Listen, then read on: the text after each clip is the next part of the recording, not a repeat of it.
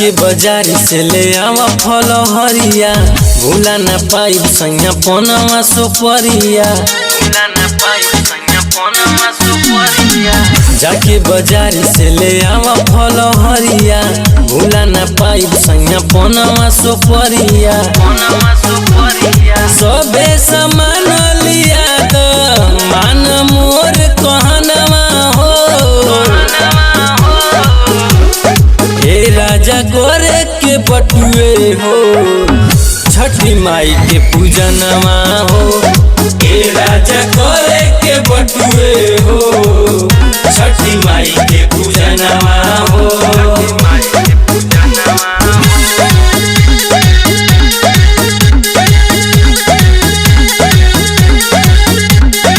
Music by Vinod Gupta. काहे के इतना करेला देरी, ये सैया पूजा के बेरी हो। कृपा हो जाई छठी मैया के, फेरी नजरी हमनी ओरी हो।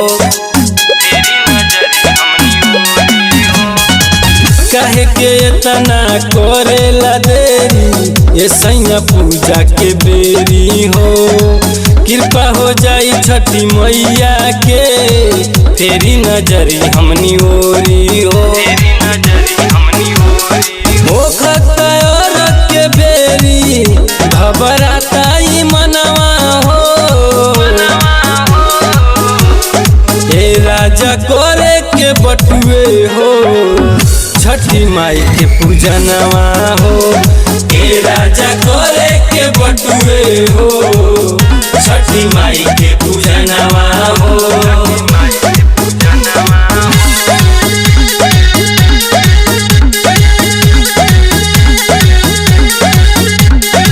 Music by Vinod Gupta.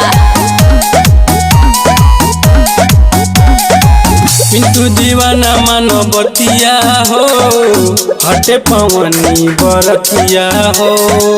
पूजा कैल जी घाटे पे संगे, बारी के दिया अगरबत्तिया हो। पिंटू दीवाना मानो बतिया हो, हटे पवनी बरतिया हो।